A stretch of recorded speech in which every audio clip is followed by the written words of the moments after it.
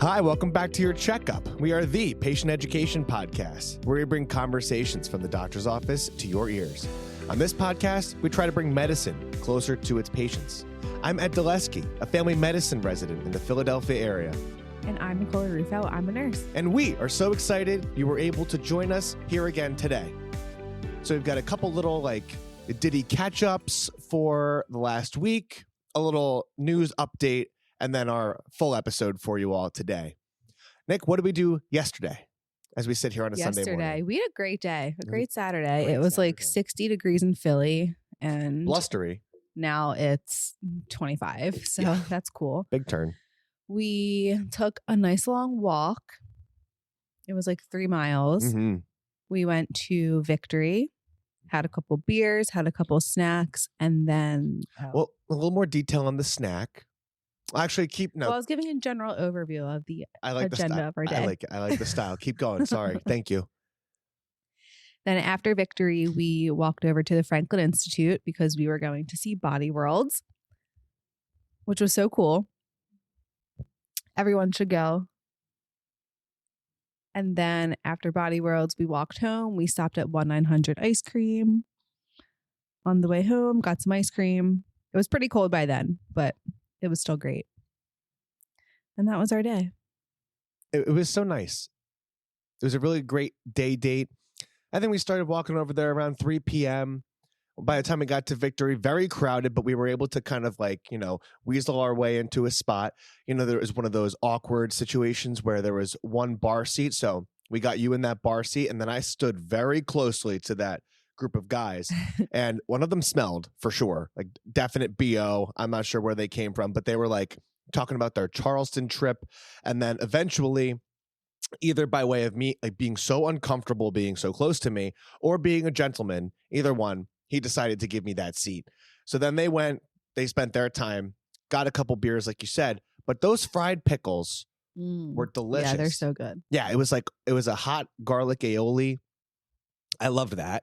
And I slept on and I was joking with you, trying to make you think that you were the one who didn't want to get the potatoes. Their potatoes are great. They're loaded potatoes. You've been saying that. We got it one time, and I didn't recognize it at the time, but they're loaded potatoes.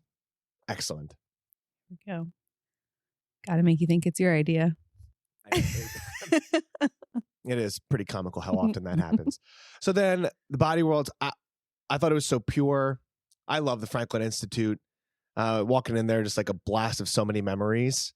I mean, like puking at the Titanic exhibit when I was a young child, just touching that ice and then just sending me over the edge. You're so dramatic. But I definitely noticed that we noticed they took down that rope, bike thing. Mm-hmm. I was a little disappointed by that. Yeah. You did that, said you were a pro at it. Yeah, I was. It's you have keen sense of balance and center of gravity. Mm-hmm. Obviously. And then what was your favorite part of the body exhibit? My favorite or person. What you noticed? I liked the one where the girl was all taken apart. You're in the head? Mm-hmm. And you see the deep structures of the head? Mm-hmm. Yeah, that was cool. Yeah. You don't get to see that stuff every day. I after a while, I thought Plastinet was this is a plastic model. And then walking in, I knew that it was real people, but I forgot that in the beginning. And then at some point, maybe a quarter of the way through, it kind of hit me these are real people. And that's what they say. Yeah, I guess that's what they say. I guess they don't. Who knows? We'll just think that it was to make it seem cooler. Yeah. Mm-hmm. And then the Oreo ice cream was delicious. What was more remarkable was the two people who remarked as we were walking back. It was now a blustery 40 degrees outside. We have our teeny tiny spoons with our scoop of ice cream, and these two women walking by us, and they're like, "Oh my God, they have ice cream!" And then it's so cold. They're talking together about how cold it was because it was pretty chilly and windy at the end of the night. And then they looked at us, looked at each other, and they were like, "Oh my God, they're eating ice cream."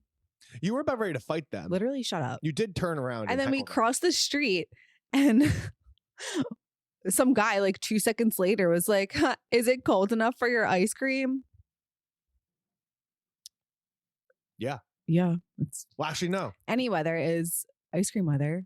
No, Buzz it's not off. cold enough for ice cream. What do you mean? Yeah. Jeez. Is it cold enough? How about you put a hat on your bald head? Is it cold enough for that? He was wearing a hat. So in other news of food, we did enjoy the crab cavatelli last weekend. You liked that dish? Oh yeah. You thought that was Eddie's famous crab cavatelli. good? And heading into tonight, might enjoy some fat rigatoni. You will hear about that next week if it does happen. But thinking about maybe, weaseling my way in to have some fat rigatoni in this house. Yeah, you have to come with me to the store to get the items. But of course. Oh, you know what else I want to briefly talk about that I'm annoyed about? This and is I feel like your medium. So the people will be annoyed about too. Okay, so we have White Lotus tonight. Why, as Turdy would say, on God's green diddly dally earth, do these streaming platforms that were built so you could, binge watch a show at your leisure, release a new episode at 9 p.m.? Releasing a new episode every week. Okay, whatever. Why do you have to do it so late at night? We are up early. We like to go to bed early. If we start a show at 9 p.m., I'm certainly not staying awake for it. Nope. And then we start it. I fall asleep. Or if we start it in bed, we're both falling asleep. Yep. And then we have to redo it the next day, figure out where we left off, who remembers what. Put it out in the morning so we can watch it whenever we want. Love is Blind does that. They do a 3 a.m. release, I think. Yeah. Yeah. But 9 p.m., I think they're still trying to cater to that prime time. Okay, we're not on primetime cable. This isn't cable. It's a streaming platform. Yeah. I want to stream it when I want to. It's so annoying. It is annoying. I just take a lot of umbrage with that, and I needed to talk about it. Do you feel like you got it off your chest a little bit and that you feel a little bit better about it? I do a little. Yeah. Do you feel the same way? I do feel the same way. Especially the nighttime release. I mean, so especially when it comes to social media too, that certain people will be posting about things. So you mentioned White Lotus. I think of Traitors when it comes to this because we're watching that. Mm-hmm. We watched the first 2 seasons and I guess halfway through the 3rd season, binge watching it. And now we're at the place where we can watch it every week. And every week is fine. I think it adds to the allure of it. There's some tension. It's anticipation. What's going to happen? I think it's great. But again, that's a 9 p.m. release. That happened on Thursday. We have not caught up and watched it. We may watch it today, but I've had to be really careful to not get spoilers because there's big things that happen in the episode. So yeah, to my point, it's tough to keep up. Yeah. We might just be the type of people that some people are up at 9 o'clock. I get usual routine texts after 9 p.m. and I address them the next morning. Yeah, during business hours. Wait, did you see Gabby from Traitors does this whole thing about how I forget what it is now, verbatim what she says, but she has this whole thing of her personal business hours. And then she's like, don't be texting me even at 3 p.m. I've just had lunch. Or she's like, it's after lunch. I'm lethargic. Oh, I've seen that. Did you see that? Now we get the same stuff on Instagram or online. Yeah, I love it. And you're my algorithm thinks that I'm a woman who's watching a lot of reality TV with a husband. You are a person watching a lot of reality TV. I am. Okay. How do you feel? I feel good. What are we talking about today, Ed?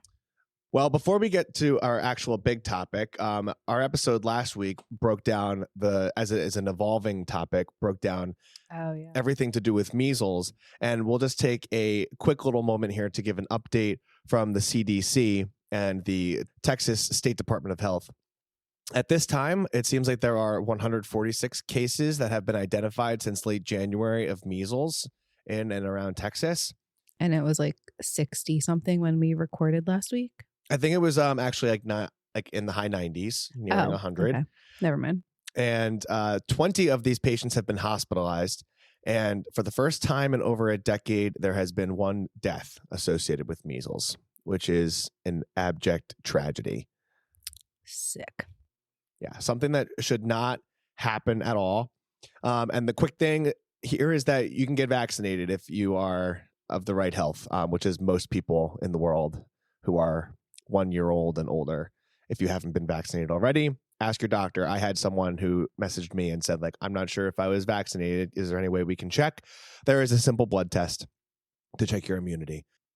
So what are we going to talk about today, Nick? Today we are talking about depression.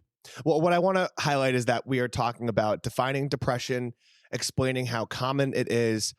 We will talk about treatments of depression in the very near future, if not next week. But this We deserves got a two-parter. Yeah, this deserves a whole ground level, laying the foundation for what major depressive disorder is, or clinical depression, depending on how you want to talk about it. And so there are a couple key facts that I just want to jump right off the back and say that depression, this is from the World Health Organization, depression is a common mental health disorder. Globally, it's estimated by the WHO that about 5% of adults suffer from depression. Women are more likely to be affected by depression than men. And here's a little bit of a trigger warning for this episode. In truth, we will be talking about suicide. And so if that's something that you are not okay listening to, then maybe you sit this episode out or skip those parts. But depression can lead to suicide. And there are effective treatments for mild, moderate, and severe depression.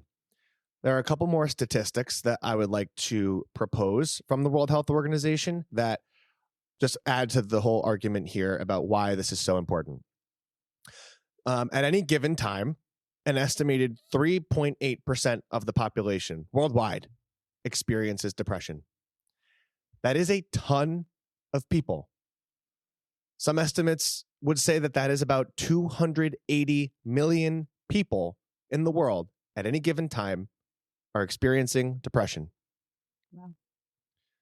So we mentioned 5% of adults, 4% among men, and 6% among women, which kind of gets us that 50% more common in women. And increasingly, 5.7%, so even more prevalent in adults older than 60 years old. In other subgroups, higher rates even exist, like 10% of pregnant women and women who have just given birth experience depression. And disturbingly, more than 700,000 people die by suicide every year. And in people, It's a lot. It's a lot of people. And in people aged 15 to 29 years old, it is the fourth leading cause of death. And so with all of that, that is why we are talking about this today. But we also realize that this is a topic that people don't like to talk about. And so, Nick, why don't you take us through basically broad strokes, why people don't reach out for help?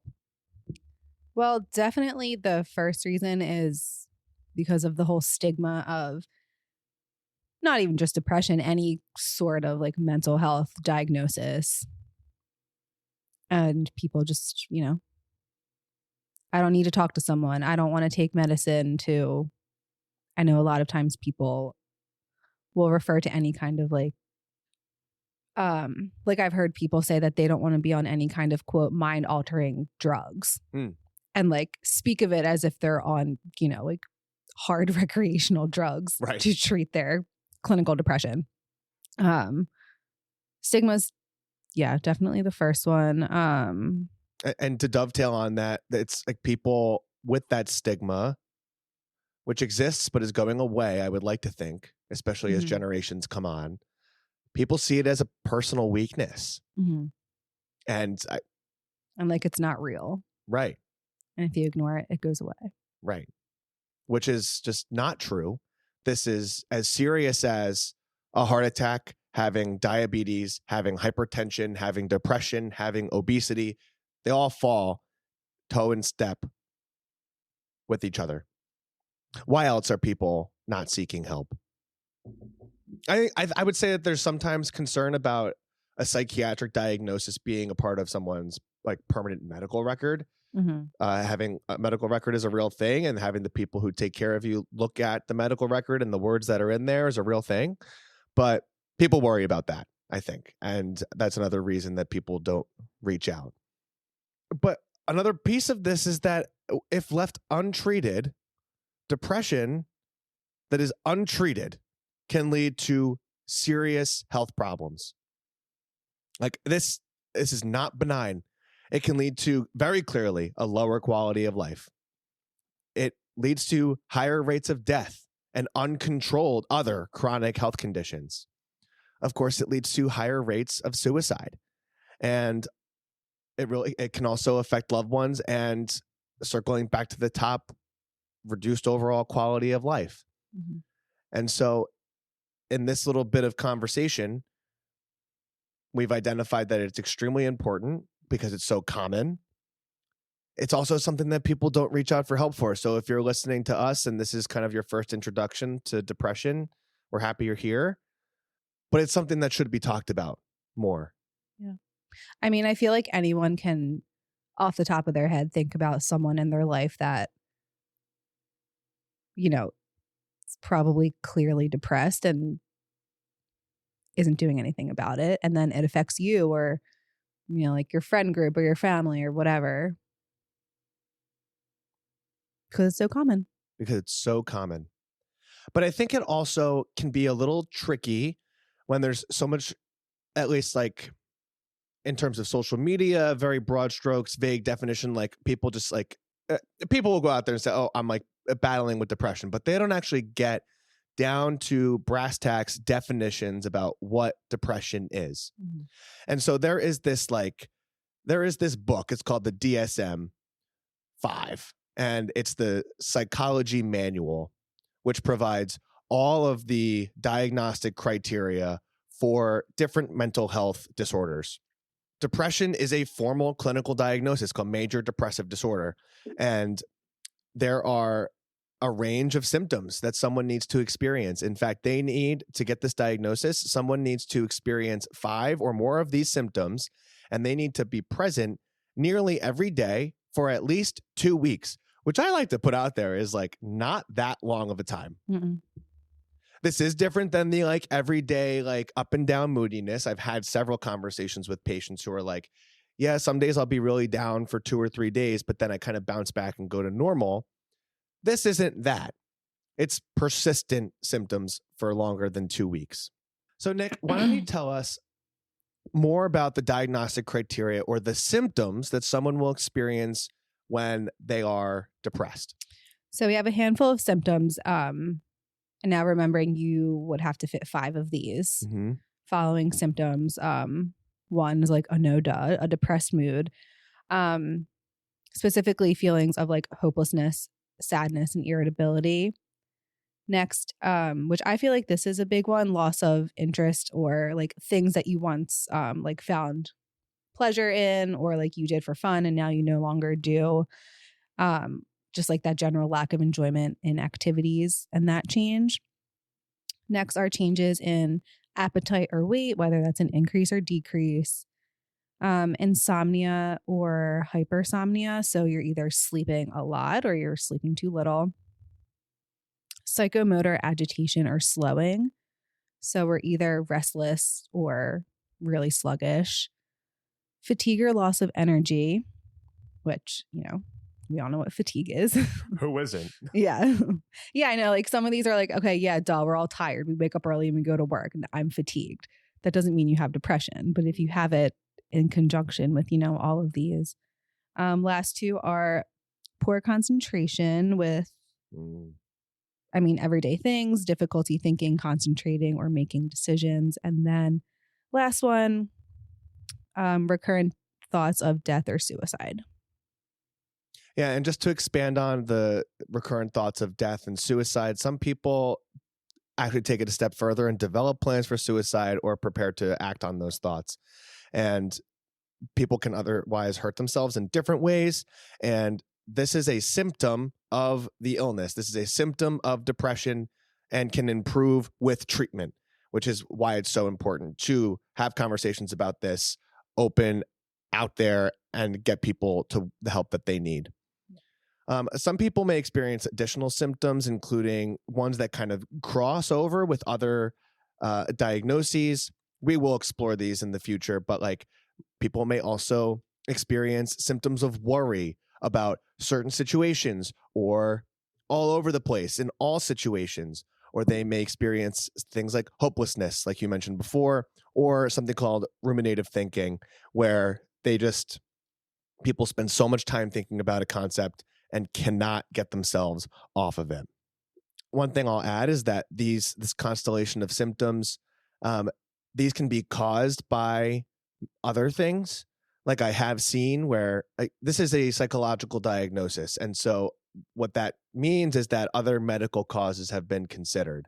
And I think if you talk to any psychiatrist, they would say, yes, like these symptoms, if you've considered like things that you can find in labs or like body problems that lead to fatigue or lead to like weight loss.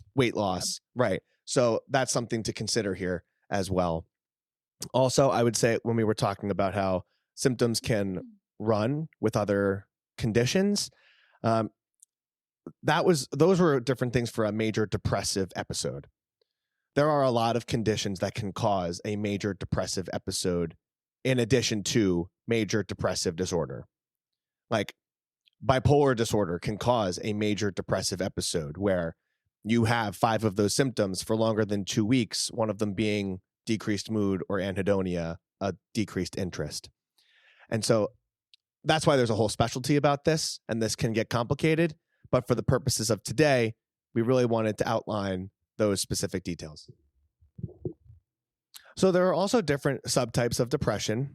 People can have depression with mixed features, and there can be components of mania in there. We won't get into too much of what that looks like here today. People can have anxiety comorbid with their depression. We mentioned earlier that there can be situation-specific forms of depression, like peripartum onset, like after pregnancy. You can also have premenstrual dysphoric disorder, which is depression or mood changes that relate to one's menstrual cycle, or seasonal affective disorder, which is depression that is triggered by the seasons. So a lot of times that comes on more frequently in the winter time, but when people are in the sunshine and the spring, summer, fall, they're doing way better. So then comes the conversation of comorbidity. Comorbidity is when 2 or more conditions occur together, and there can be psychiatric comorbidities. So depression can occur with things like anxiety. Depression can occur with post-traumatic stress disorder or PTSD, and also with substance use disorders, people who have trouble using alcohol or drugs, and personality disorders, and the list goes on and on. So it's not just an isolated thing. It can happen with other people. Depression can also worsen medical comorbidities, and it can also occur more frequently in people who have chronic disease like diabetes, heart disease, cancer. This is a known thing. And so it ends up being a very complicated thing, but the point is to have more awareness. Cool. So we talked about what it is, what all of those symptoms can be. Someone comes to you or a psychiatrist. How are we diagnosing depression? Is there a test you can do for it? It's not a specific test. What usually does happen is a very thorough conversation, perhaps some blood work to rule out some other common causes of symptoms that people may be experiencing. I do recall one patient where he had a lot of symptoms of depression and his hypothyroidism was out of control, and we treated that and he got way better. So that is less common than depression for sure, but the diagnosis ends up being hammered down by a really thoughtful conversation about symptoms. The conversation involves observing signs, determining the timeline, how things are progressing, and understanding, this might be most important, the impact that the symptoms have on daily life and function. Mhm. Some other conversations may include factors that make symptoms better or worse. A family history can be important. And when it comes to picking a treatment plan, understanding other psychiatric comorbidities or medical comorbidities and a history of manic symptoms if they exist. Also, another really important piece of that, once you've gotten into the conversation a little bit more, is determining how safe someone is. And by that, I mean talking about suicide risk. And so if someone has thoughts about suicide, whether passively, thoughts about death, or not being around anymore, as opposed to someone having specific plans, and which is a very different situation. So with depression being so common, there are certain risk factors for depression that may increase someone's risk. Like if you have a personal history or a family history of depression, I would say compared to the average person, you have a higher risk of developing depression. Our intern's awake. Look at him in the sun. He's so cute. Do you see him? Oh, he kind of moved. It was shining in his face. He looked so regal. One that I think about a lot is a history of substance misuse or trauma in childhood or adulthood can increase someone's risk for depression. Stressful life events, parental loss during childhood, and can also increase someone's risk. Well, a little bit ago, you mentioned either like physical symptoms or physical changes or something like that, which I think this is pretty interesting. Do you want to tell people the biologic changes in the brain? Yeah, well, they do studies where they look at functional MRIs and several other modalities of evaluating this type of thing in research. And I mean, there's a lot of evidence that shows that people with depression have changes to their brain cells, neurotransmitters, which are the little hormones that communicate between brain structures, and changes to brain structures themselves. And some of this relationship is unclear. I'm not arguing the fact that that doesn't happen, but some of the question is, are these differences causes or results of depression? And I think that's a question that's still being evaluated because this is a tricky piece where depression isn't just about someone's like physical body. Like it's different from blood pressure where you can, or diabetes, where you can identify the thing, you can make some lifestyle changes. Like depression is someone's physical chemistry and their physical makeup as much as it is their mental makeup and their entire interaction with the world. Mhm. And these days, the interaction with the world isn't just the person sitting in front of you, like I have a great view right now, but it's the interaction with your phone and all of the people that are out there and all of the interaction with not even just people, with robots and every aspect of social media. And so it ends up being so much more complicated when you consider the 6 inches between your ears and the interaction with everything else in the outside world. And Well, it's like a little bit of a what came first, the chicken or the egg. yeah, Like, are you depressed and then you create new pathways in your brain and has these changes, or is this something that was there first that predisposes you to depression and then you have a whole list of other risk factors? exactly. And taking advantage of some of these systems that exist in the brain is how some of the medication treatments actually work, which is something that we will talk about next week. But since we talked about while we're not going to talk about outright like day-to-day treatment in this episode, we do want to talk about how to get help if this episode resonated with you and you feel like you need to. We encourage all of our listeners to go and very sincerely go speak with your doctor if you're worried about this. It can be a great jumping off point for you to at least get some advice, if that person isn't able to treat you right then and there. And so ask them, bring it up to them if you have a concern.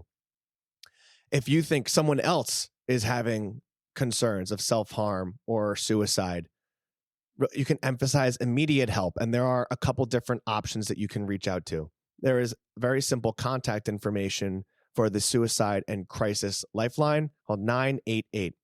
So just like you would dial 911, which is also a reasonable option for these people or for yourself, dialing 988, even in moments of just deep worry and sadness, it does not have to be a point where things are scary and towards the end.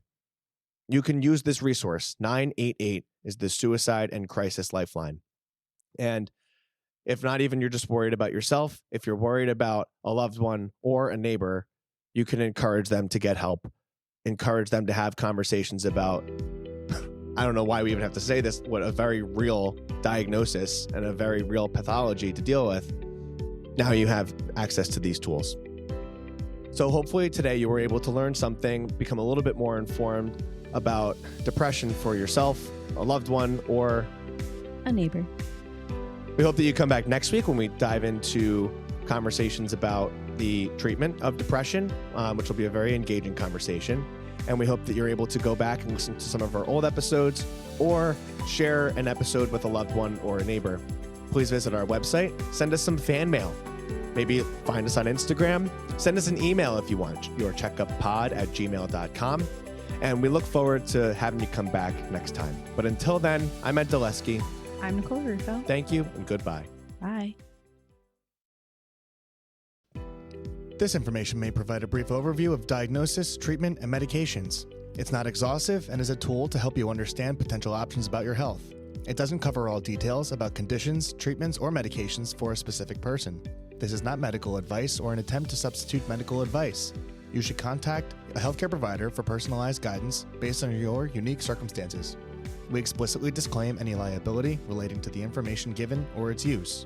This content doesn't endorse any treatments or medications for a specific patient. Always talk to your healthcare provider for complete information tailored to you. In short, I'm not your doctor. I am not your nurse. And make sure you go get your own checkup with your own personal doctor.